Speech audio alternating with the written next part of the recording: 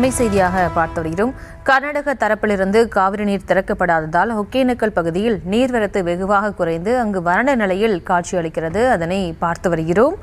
ஒகேனக்கல் பகுதியில் நீர்வரத்து வெகுவாக குறைந்திருக்கக்கூடிய சூழலில் இதன் காரணமாக வழக்கமாக ஆர்ப்பரித்து ஓடும் அருவிகள் தற்போது வறட்சியாக காணப்படுகிறது. அந்த காட்சிகளை பார்த்து வருகிறோம். கூடுதல் விவரங்களோடு இணைகிறார் செய்தியாளர் நவீன். வணக்கம். மேலும்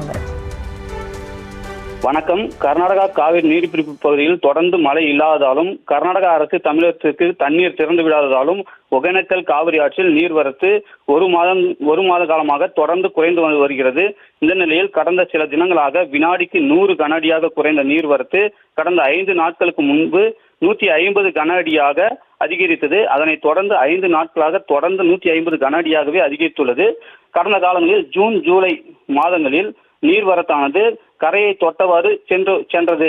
ஆனால் இந்த ஆண்டு தண்ணீர் இல்லாமல் வெறும் பாறைகளாக வறண்டு காட்சியளிக்கிறது. மேலும் ஒகேனக்கல் காவிரி ஆற்றில் நீர்வரத்து 100 கன அடிக்கு கீழாக குறைந்தால் தருமபுரி கிருஷ்ணகிரி மாவட்ட மக்களுக்கு கூட்டு குடிநீர் திட்டம் மூலமாக வழங்கப்படும் நீரானது தட்டுப்பாடு ஏற்படும் நிலையும் உள்ளது.